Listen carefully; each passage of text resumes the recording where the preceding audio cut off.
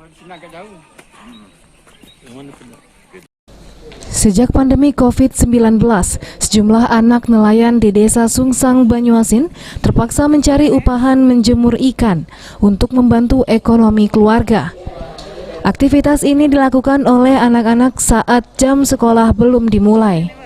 Desa Sungsang sendiri dikenal sebagai daerah penghasil ikan dengan kualitas baik dijual tanpa diolah maupun diolah menjadi sejumlah produk. Salah satu produk yang terkenal dari Sungsang ialah ikan asin. Produk ini sebelum dijual terlebih dahulu dijemur. Peluang inilah yang dimanfaatkan sejumlah anak nelayan di Sungsang untuk mendapatkan tambahan uang saku mereka, sehingga tidak lagi harus meminta dengan orang tua mereka yang kini tengah kesulitan akibat dampak pandemi.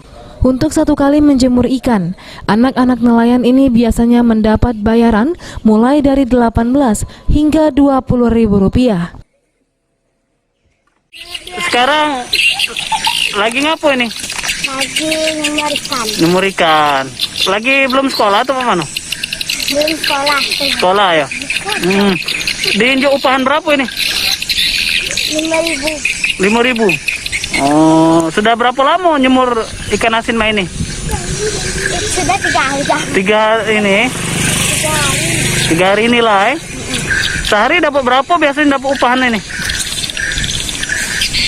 5.000 totalnya. Totalnya kadang 20, kadang 18. Selain Sri Dewi, ada 3 orang temannya yang lain yang ikut mencari upahan jemur ikan.